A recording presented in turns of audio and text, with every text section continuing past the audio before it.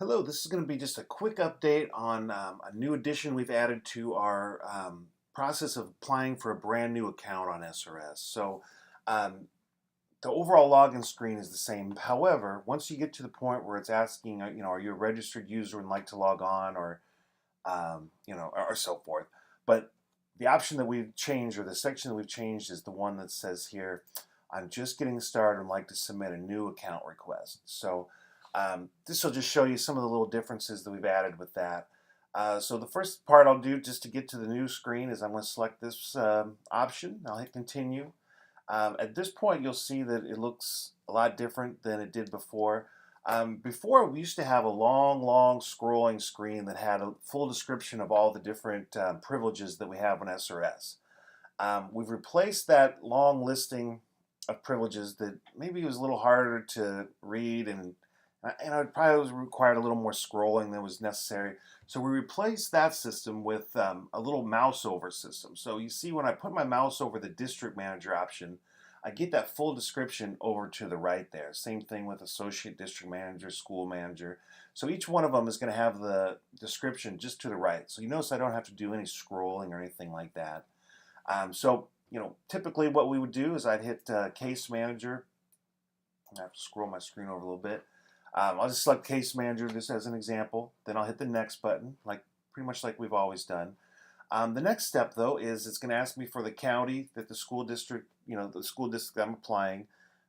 We have a fake county that we use just for all of our demonstration districts and all that. So it's going to, when I put in that county, it's going to give me then a listing of all the schools that are held, school districts that are found in that particular county. And I'm looking for the one that I need. Yeah, here we go. So demo district will be the example that I use. So it's so far so good. This is kind of standard, but this is the difference that I think a lot of people will appreciate. In the past, if I wanted to apply for a new account, I would have to select one particular school and then apply for that account.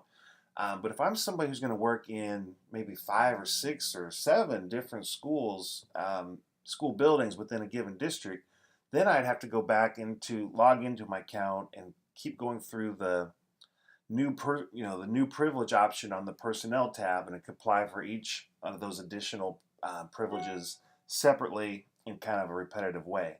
So what this method will allow us to do is skip that repetitive, repeating the new privilege option. Instead, it gives me a checkbox of all of the available schools in the selected district, that I just indicated up above. So now, to apply for those schools, all I need to do is check the schools that I know I'll be working in. So I'm just going to pick a few at random here, like so. But what's going to happen here is I've selected 5 different schools. So when I hit next, well, ultimately when I apply for my account, it's going to send emails to every one of these folks on the list. And they will receive an email saying that so-and-so has applied for an account at their school, and provide them with a link to go in and activate those requests. But the nice thing is you won't have to do each 5 of those separately. You can do them all at once. Then the next part just remains basically the same. It's going to ask you for some contact information: first name, middle name, last name.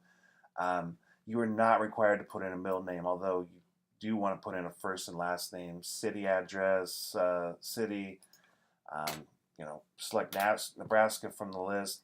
And then down at the bottom, it's going to ask you to put in your email. We always recommend using a school-related email. Maybe don't put your personal email on there. And then the password. So it'll have you put in a password that contains at least 7 characters and a combination of both text and numbers. But that's all pretty much standard.